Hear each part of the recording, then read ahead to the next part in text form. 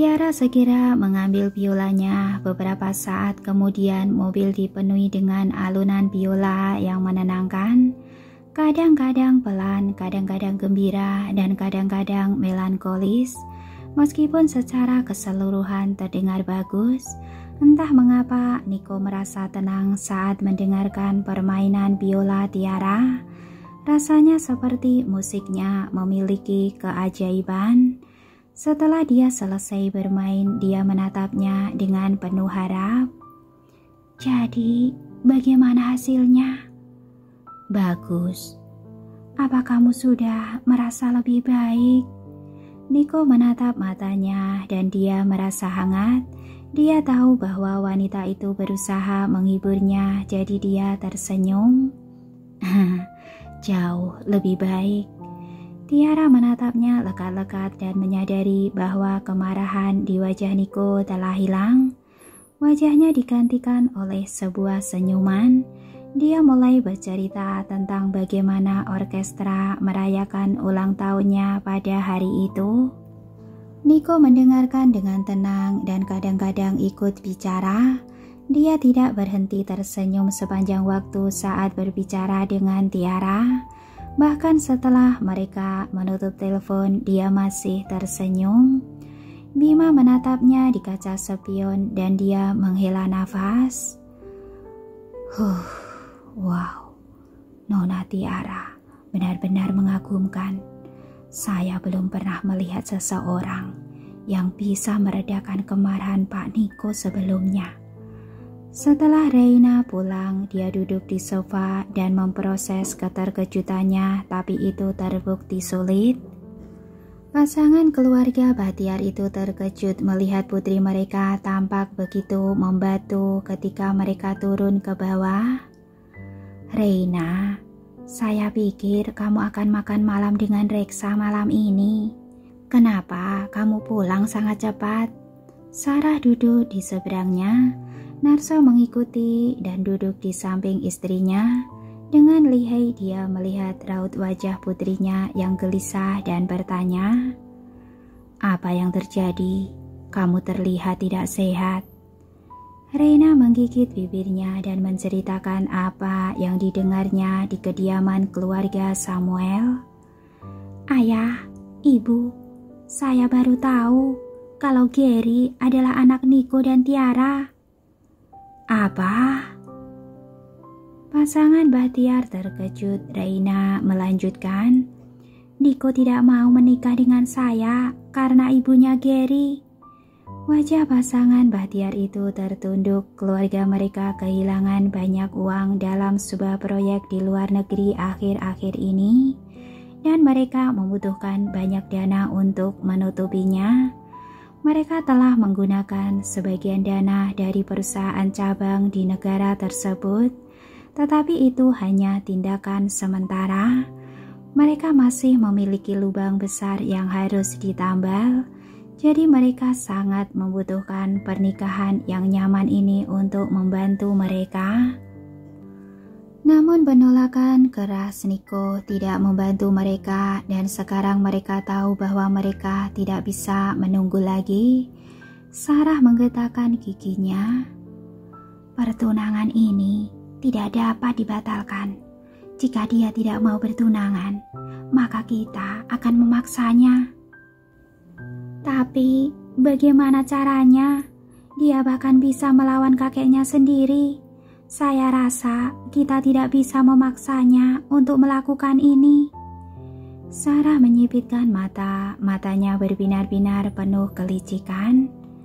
"Reksa sendiri yang memintamu untuk menjadi istri Niko. Jika saya memberitahu semua orang tentang pertunangan ini, Niko harus menghadirinya meskipun dia tidak mau, atau keluarga mereka akan malu." "Lumayan, tentu saja reputasimu mungkin akan rusak, tapi kita adalah korban di sini. Itu tidak akan merugikan kita." Narso mengangguk. Reina tergoda untuk setuju, tapi dia ragu. Dia tidak mengira Niko akan menyerah begitu saja dan dia menggelengkan kepalanya. Itu salah satu rencananya. Tapi Niko sudah bilang pada kakeknya kalau dia tidak akan menghadiri pertunangan itu meskipun dia tetap melakukannya. Itu hanya kemarahannya saja yang berbicara. Kamu tidak perlu menanggapinya dengan serius. Pasangan Bahtiar itu tidak menganggapnya serius dan mereka mencibir. Lagi pula, Reksa sudah tidak muda lagi. Niko harus mempertimbangkan kesehatannya. Jika Reksa jatuh sakit karena tindakannya, seluruh keluarga akan menentangnya. Reina masih berpikir semuanya tidak akan semudah itu. Sebelum Reina bisa mengatakan apapun, Sarah bisa melihatnya. Dia tahu Reina merasa tidak nyaman, jadi dia menenangkannya. Tidak masalah, serahkan saja pada kami. Kamu jangan ikut campur. Karena mereka sangat peduli dengan pertunangan itu, keluarga Bahtiar pergi menemui Reksa keesokan paginya untuk membicarakan pengaturan pertunangan itu. Tentu saja mereka berpura-pura tidak tahu apa-apa. Pak Reksa, kami telah menyusun daftar tamu. Kapan undangannya akan tiba? Kita harus segera mengirimkannya. Reksa melihat daftar tamu di atas meja, tapi dia tidak menyuruh kepala pelayan untuk mengambilnya. Pasangan Bahtiar merasa bahwa jantung mereka berdebar-debar. Reksa menyeruput teh dan menjawab dengan angkuh, "Kembalikan daftarnya. Pertunangannya harus ditunda."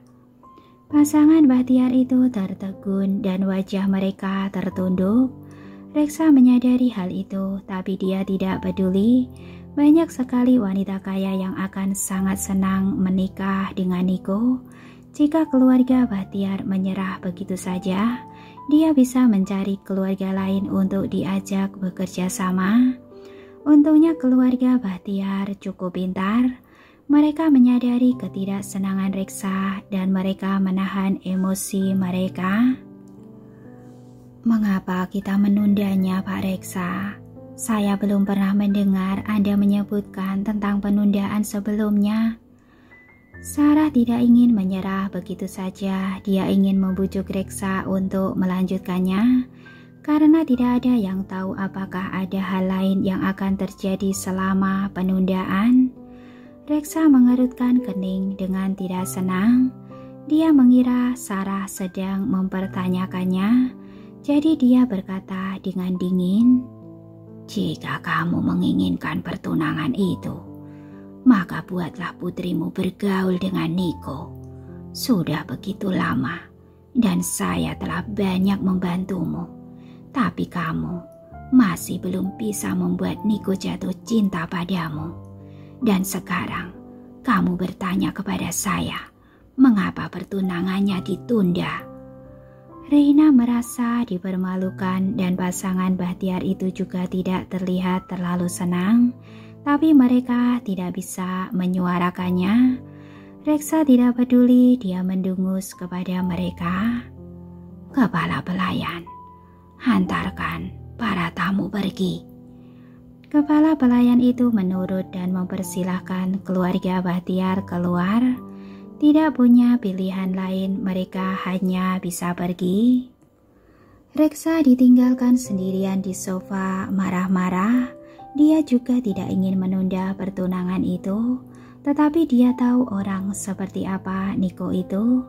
Jika Niko tidak ingin pergi ke pertunangan, Reksa tidak bisa memaksanya meskipun nyawa Niko menjadi taruhannya.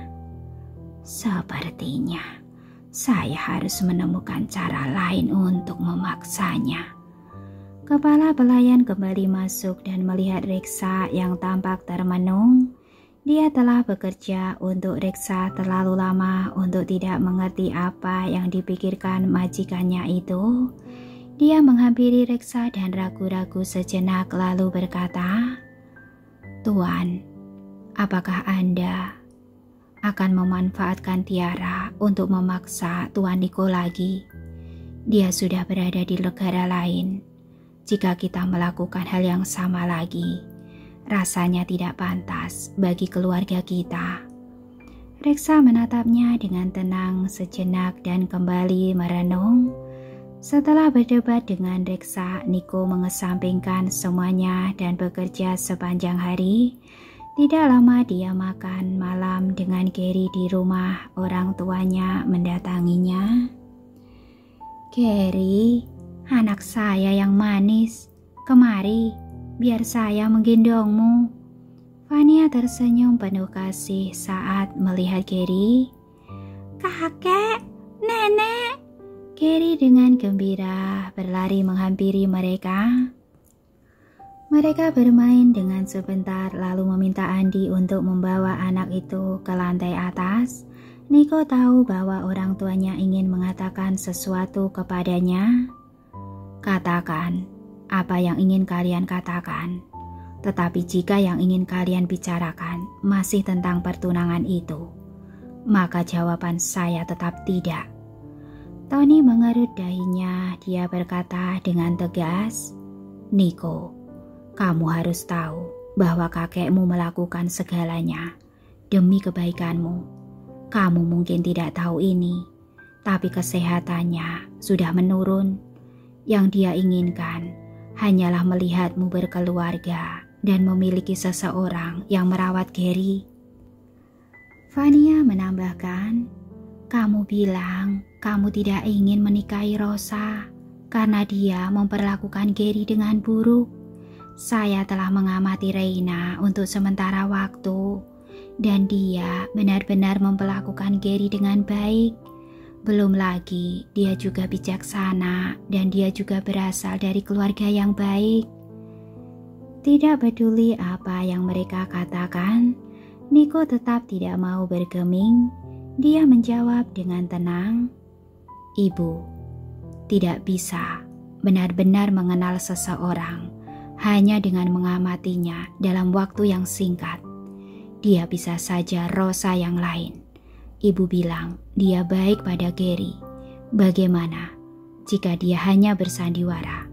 Apa ibu tahu bagaimana dia benar-benar memperlakukannya saat ibu tak melihatnya? Dan siapa yang akan menerima anak yang bukan anaknya dengan mudah? Tiara adalah satu-satunya orang yang akan memperlakukan Gary dengan baik. Karena dia adalah ibu kandungnya. Dia akan menyayangi Gary tanpa syarat, apapun yang terjadi." Tetapi Niko tidak mengatakannya dengan lantang. Fania tidak mengatakan apa-apa tentang itu dan pada akhirnya mereka menghela nafas dan pergi. Danar menunggu mereka di sofa di rumah mereka. Ketika dia melihat mereka kembali dengan wajah sedih, dia tahu apa yang terjadi. Saya sudah menduganya. Namun dia tetap bertanya, "Bu, bagaimana hasil pembicaraan tadi?" Saya tidak tahu apa yang dia pikirkan. Dia tetap saja tidak mau melakukannya, apapun yang terjadi. Fania duduk di seberangnya menunduk dan bingung. Reina sangat cocok untuknya dan dia baik pada Gary. Saya hanya tidak mengerti mengapa dia tidak mau menikahinya. Danar memutar bola matanya dalam hati. Aduh, Niko sudah memiliki seseorang yang disukainya. Tentu saja dia tidak akan jatuh cinta pada orang lain. Namun dia tidak akan mengatakannya dengan lantang. Danar bersandar di sofa dan mau tak mau membela Niko. "Jujur saja, jangan coba-coba menjodohkannya dengan gadis manapun. Bahkan jika dia adalah pewaris, apakah dia benar-benar harus menikahi wanita dari status sosial yang sama? Akankah keluarganya jatuh hanya karena dia menikahi seseorang yang memiliki kriteria yang lebih rendah? Selain itu, dia telah melakukan semua yang kalian perintahkan selama 20 tahun terakhir. Ini adalah waktunya untuk membuat keputusan terpenting dalam hidupnya. Jadi tidak bisakah kalian setidaknya membiarkan dia melakukannya. Jika kalian mengatur segalanya untuknya, maka dia tidak akan ada bedanya dengan boneka. Danar mengatakan semua itu dengan sengaja. Dia ingin mencuci otak orang tuanya agar mereka dapat menerima kenyataan bahwa Niko dan Tiara sudah bersama dengan mudah ketika hal itu terungkap. Lagi pula mereka pasti sudah siap untuk itu, namun dia telah melebih-lebihkan kemampuannya. Sebuah bantal terbang ke arahnya dan Tony menjawab dengan tidak senang. Apa kamu tahu? Apa itu boneka, anak nakal? Danar memegang bantal itu sambil bergumam. Niko adalah contoh sempurna tentang apa itu boneka. Ayah akan melakukan apa saja untuk membuatnya melakukan apa yang kamu inginkan. Ayah tidak pernah peduli dengan apa yang dia pikirkan. Kami melakukannya demi kebaikannya, kata Vania. Tony mendengus. Begitulah rasanya dilahirkan dalam keluarga seperti ini. Kamu bisa memilih karena kamu tidak harus memikul tanggung jawab keluarga. Tapi kakakmu tidak. Tanggung jawab keluarga itu hanya pemikiran yang ketinggalan zaman. Tanggung jawab keluarga dan pernikahan bisa berjalan berdampingan, kan? Danar membela Niko lagi, tapi itu membuat Tony marah. Pemikiran yang ketinggalan zaman. Akan saya tunjukkan padamu pemikiran yang ketinggalan zaman itu. Tony menyuruh kepala pelayan untuk mengambil tongkat pemukul. Danar melompat dari sofa dan bersembunyi di baliknya. Hei, berpikirlah yang masuk akal, oke? Ayah menggunakan kekerasan hanya karena kamu tidak bisa berbicara dengan wajar. Dia melihat kepala pelayan masuk dengan tongkat pemukul dan Danar kabur dari rumah. Tony biasa menggunakan pemukul itu untuk menghukumnya saat dia masih kecil dan itu sangat menyakitkan. Danar langsung pergi ke perumahan berlian setelah dia kabur. Niko tidak menyangka adiknya akan datang pada jam segini dan dia mengerutkan kening. Kenapa kamu di sini? Niko, kamu harus menolong saya. Ayah mengusir saya karena saya menolongmu dan Tiara. Danar menceritakan apa yang terjadi di rumah dan terus memohon kepada Niko untuk menerimanya. Kemudian dia mendengar suara biola dari lantai atas dan dia mengerjap. Hah? Apa Gary sedang bermain biola? Saya akan memeriksanya. Dia segera naik ke lantai atas untuk berjaga-jaga jika Niko mengusirnya. Gary sedang berada di ruang biola dan Tiara sedang mengajarinya bermain biola melalui telepon. Ketika Niko masuk, dia mendengar Tiara berkata dengan lembut dan sabar, Gary akan lebih sempurna lagi jika kamu bisa memainkan dua nada yang lebih tinggi. Ayo, kita lakukan lagi, oke? Baiklah. Gary mengangguk, dia mengangkat biolanya dan memainkan nada itu lagi dengan serius. Mereka tenggelam dalam pelajaran dan tidak menyadari bahwa ada orang lain di ruangan itu. Ketika Gary memainkan nada terakhir, Tiara bertepuk tangan untuknya. Itu bagus sekali, Gary. Tadi itu sempurna. Gary mengerucutkan bibirnya dengan malu-malu, matanya tampak berbinar. Ini semua berkat kamu, Nona Tiara. Semua berkatmu. Dia masih memegang video itu dan dia memuji Tiara kembali. Hal itu adalah adegan yang hangat. Niko menyilangkan tangannya dan bersandar di pintu menatap mereka dengan lembut. Sebuah senyuman mengembang di bibirnya. Danar berdiri di sudut ruangan menatapnya. Ketika dia melihat ke arah ruangan itu, entah kenapa dia merasa cemburu. Wah, Saya belum pernah melihat Niko terlihat begitu lembut sepanjang hidup saya. Apa ini mimpi? Malam berlalu dengan damai berlawanan dengan Niko. Keluarga Bahtiar tidak terlihat terlalu baik. Sejak pertunangan mereka dengan keluarga Samuel ditunda, teman-teman Reina terus mengajaknya bertemu agar mereka dapat mengetahui lebih lanjut tentang penundaan pertunangan tersebut. Akhirnya dia merasa jengkel dan membentak, "Apa hubungan penundaan pertunangan itu denganmu? Jangan campuri urusan saya." Dia mengambil tasnya dan pulang ke rumah. Narso juga menghadapi situasi yang sama. Ketika berita pertunangan itu pertama kali dirilis, banyak orang di dunia bisnis yang memperhatikannya. Banyak perusahaan bahkan ingin bekerja sama dengan keluarga Bahtiar karena hubungan mereka dengan keluarga Samuel. Namun sekarang setelah pertunangan itu ditunda, mereka menelpon untuk menanyakan apa yang terjadi. Mereka mungkin terlihat seperti prihatin, tetapi pada kenyataannya mereka hanya mencoba mencari kebenaran.